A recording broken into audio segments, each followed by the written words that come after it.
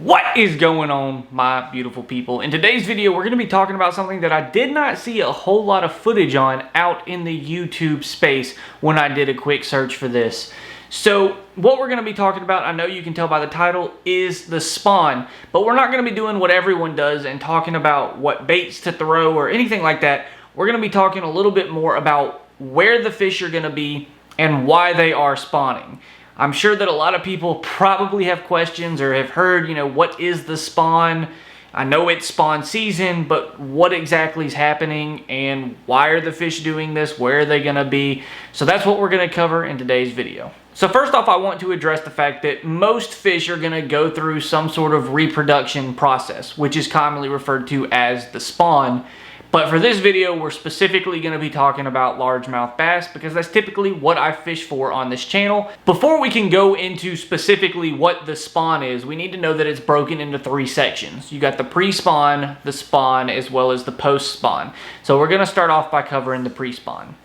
So the pre-spawn is going to occur late winter to early spring. You're going to have water temperatures that are on the rise from that winter system that's moved through, and you're going to be in water temperatures really around 50 to 60 degrees. Anywhere in that water temperature is when the fish are going to be considering into pre-spawn. Now, of course, that can change depending on the body of water, but consistently you're going to see those water temperatures when the fish are doing this. And when it is early spring, late winter, and the fish are in this pre-spawn mode, typically you're going to find them on points. On the screen, I have a diagram of Lake Juliet that I was actually camping at this past weekend. You can see that there are two main points right here, and we camped right here where I have this arrow. Now, I could see that there was a bunch of shad that had been pushed up into this cove and that the fish were feeding, and I saw a couple of guys catch some really decent bass, about a 4-pounder and about a 2-pounder, in this particular cove when those shad were being pushed up. So the fish were pushing those shad into this cove, that way they could feed off of these points where the water was about 10 to 15 foot deep. That's the water temperature that they're going to typically be in, 10 plus foot deep. They're not going to really be much shallower than that. And they're going to be feeding. They're going to be aggressive. They're going to be schooling those bait fish. They're going to be following the bait, and they are going to be eating and getting nice and fat to produce eggs or to produce semen, depending on what species the fish is, and in order to sit on their beds and protect their fry after the spawn. So just to recap the pre-spawn, fish are going to be a little more aggressive, water temperatures are going to be typically a little warmer, and the fish are going to be less lethargic because of that, which is going to increase their activity, and then they're going to be eating a lot. So that's why that pre-spawn bite is typically a little more aggressive, and people are catching bigger fish because they're feeding more in order to prepare for the spawn. And once again, those water temperatures are going to be 50 to 60 degrees. So now as we get into the spawn, the water temperatures are going to be cresting that 60 degree mark. And of course, depending on where you are in the United States, this is going to take place in different times of the year. For where I am in Georgia, which is more southeast, we typically have our spawning season late March to early April. So right now they are in pre-spawn, they're feeding, and typically this whole process known as the spawn, so pre-spawn as well as post-spawn, is going to take anywhere from 3 to 6 weeks depending on the body of water. So typically what happens during the spawn is the males will move up shallow first. So the males will typically be a little bit of a smaller bass compared to the females that'll later come up. But the males will move up first. They're going to move up into shallow water, less than 10 foot. Ideally, those fish are going to be anywhere from 2 to 5 foot, looking for a hard bottom in order to make their bed, because the hard bottom is going to be a little more of a secure place for the females to then come up and make and lay their eggs.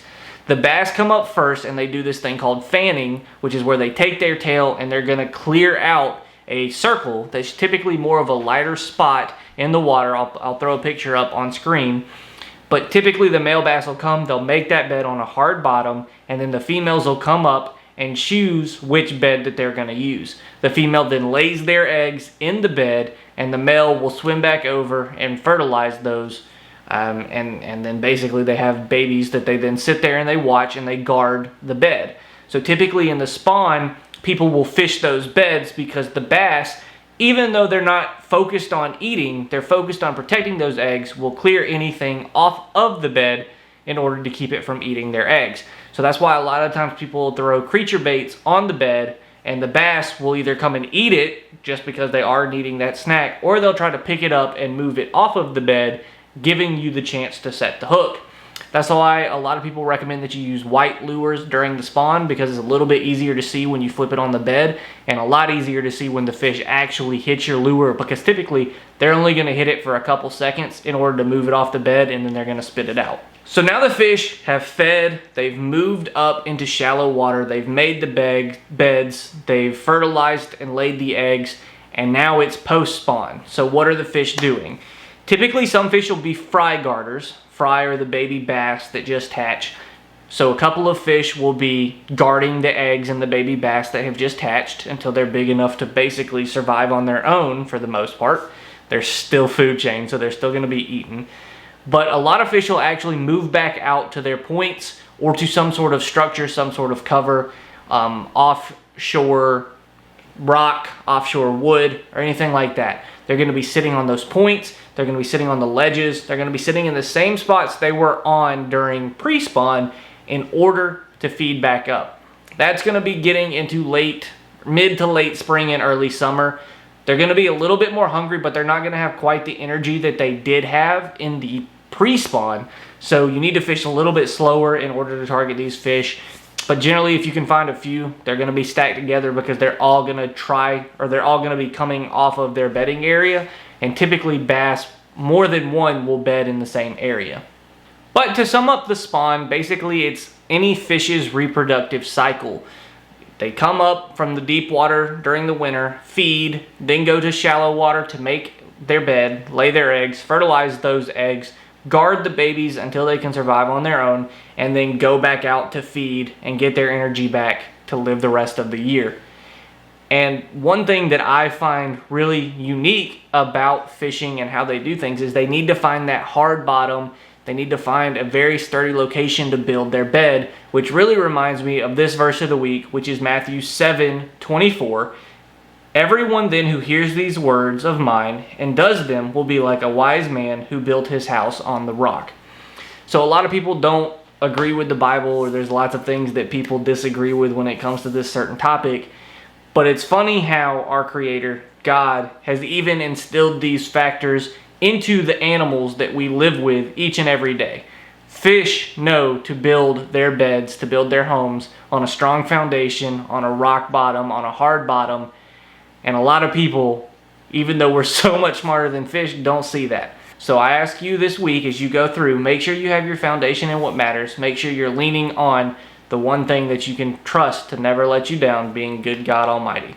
Hope you guys have enjoyed this video. If you found this video informative or had any other comments or concerns, feel free to drop them below. Leave a like rating if you did like this video, and don't be afraid to hit that subscribe button and turn on those bell notifications if you haven't.